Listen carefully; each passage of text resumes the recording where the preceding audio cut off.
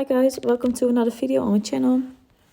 In this video we're going to talk about how you can share any Apple subscription with your family. So click on settings, go to your Apple ID of iCloud on top, and then you see here family sharing.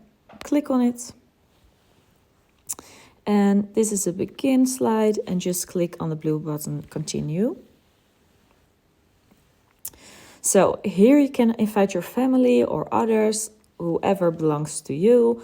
So you can create a child account and you can invite others simply by clicking on the plus button. If you're done with that, click on done. So I'm gonna imagine I invited some people, but I click on done. I come back to the screen and I click again on family sharing. And once you see now that this is my family, it's organizer, family checklist, but also subscriptions. So click on subscriptions.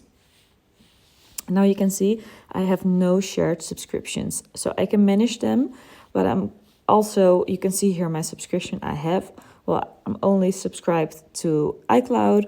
And if I want to share this subscription, all I have to do is click on it and then share it, so invite family members. After I've done that, click on the blue button and you can invite your family.